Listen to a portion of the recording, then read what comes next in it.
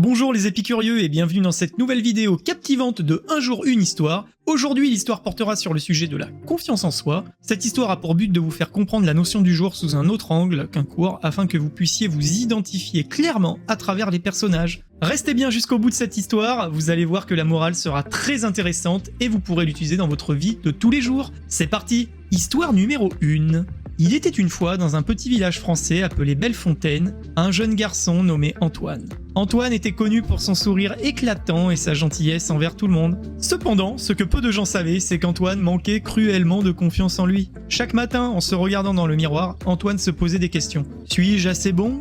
Que pensent les autres de moi ? Malgré ses nombreuses qualités, il doutait constamment de lui-même. Il aimait dessiner et avait un talent exceptionnel pour le dessin, mais il n'osait jamais montrer ses œuvres à qui que ce soit par peur de critiques. Un jour, une annonce fut affichée à la place du village. Un concours de dessin serait organisé lors de la fête de la ville. Le gagnant aurait l'honneur de voir son dessin exposé à la mairie. Les amis d'Antoine, Lucie et Maxime, insistèrent pour qu'il participe. Mais Antoine, comme à son habitude, répondit « Je ne suis pas assez bon. Il y a sûrement des dessinateurs bien meilleurs que moi. » Lucie, une fille audacieuse et toujours positive, ne voulait pas voir son ami renoncer encore une fois. Elle prit une grande inspiration et lui dit « Antoine, il est temps que tu crois en toi, tu as un talent incroyable, mais si tu ne te fais jamais confiance, personne ne pourra le faire à ta place. Imagine ce que tu pourrais accomplir si tu avais ne serait-ce qu'un peu de confiance en toi. » Ces mots restèrent gravés dans l'esprit d'Antoine. Il se mit à réfléchir à ce que la confiance en soi signifiait réellement. Il se souvenait des moments où il avait réussi de petites choses, des instants où il s'était senti fier de lui-même. Il commença à comprendre que la confiance en soi ne vient pas de l'approbation des autres,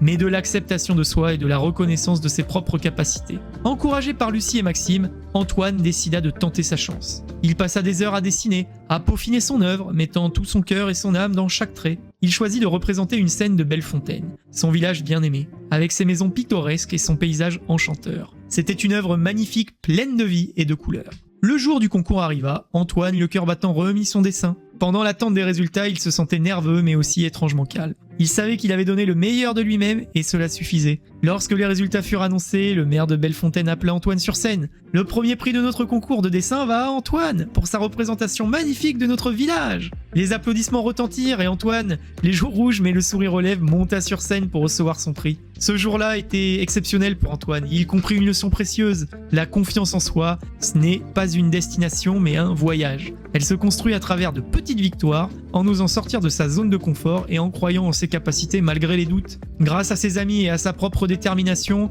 Antoine découvrit qu'il était capable de beaucoup plus qu'il ne l'avait jamais imaginé. Avec le temps, Antoine continua de dessiner et devint même un artiste reconnu dans son village et au-delà. Mais plus important encore, il devient une source d'inspiration pour ceux qui, comme lui autrefois, doutaient de leurs propres capacités. Il apprit à d'autres l'importance de la confiance en soi et comment elle pouvait changer une vie. Et c'est ainsi qu'Antoine, le garçon qui doutait de lui-même, devint un symbole de confiance et de réussite, prouvant que croire en soi est le premier pas vers l'accomplissement de ses rêves. Petite parenthèse avant la suite de cette vidéo, oublie pas de t'abonner si cette vidéo te plaît, ça m'encouragera à faire plus de contenu, et n'hésite pas à me faire part de quel sujet tu aimerais traiter dans les prochaines vidéos, je lis tous les commentaires. Je te remercie par avance. Histoire numéro 2. Le voyage de Pierre. Pierre était un jeune homme vivant dans la ville de Lyon. Depuis son enfance, il rêvait de devenir écrivain. Il passait des heures à écrire des histoires et des poèmes, mais il gardait toujours ses écrits pour lui, de peur qu'il ne soit pas assez bien. Un jour, une grande opportunité se présenta. Un concours de nouvelles organisé par une maison d'édition renommée. Ses amis Marion et Julien l'encouragèrent à y participer. « C'est ta chance, Pierre !»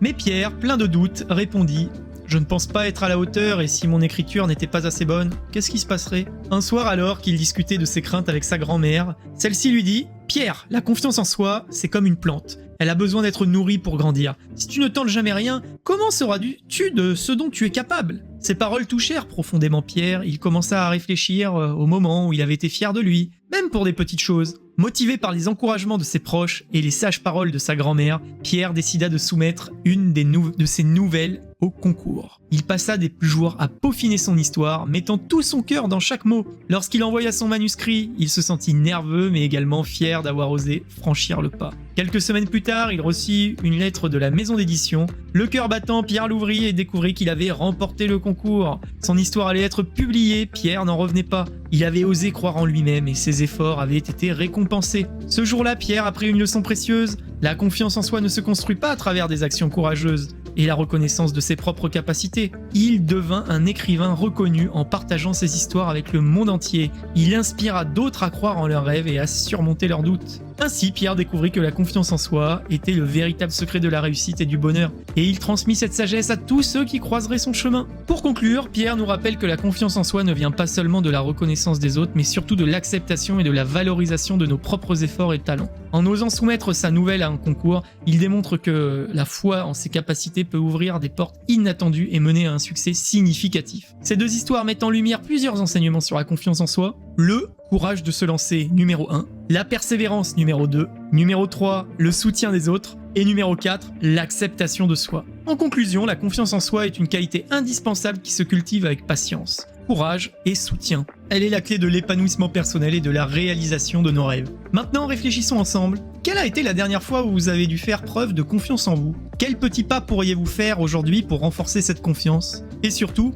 comment pouvez-vous aider ceux qui vous entourent à croire en eux-mêmes? Ces questions sont essentielles pour continuer à explorer et à développer la confiance en soi dans votre vie quotidienne. Et voilà, c'est tout pour aujourd'hui. J'espère que cette vidéo vous a plu autant qu'à moi de la réaliser. N'hésitez pas à me dire en commentaire quel sujet vous voulez traiter et nous les traiterons en large et en travers. Si vous avez aimé cette vidéo et que vous ne faites pas encore partie de la famille, je vous invite à vous abonner dès maintenant et à activer les notifications pour ne rien rater les prochaines publications. Ensemble, devenons plus intelligents.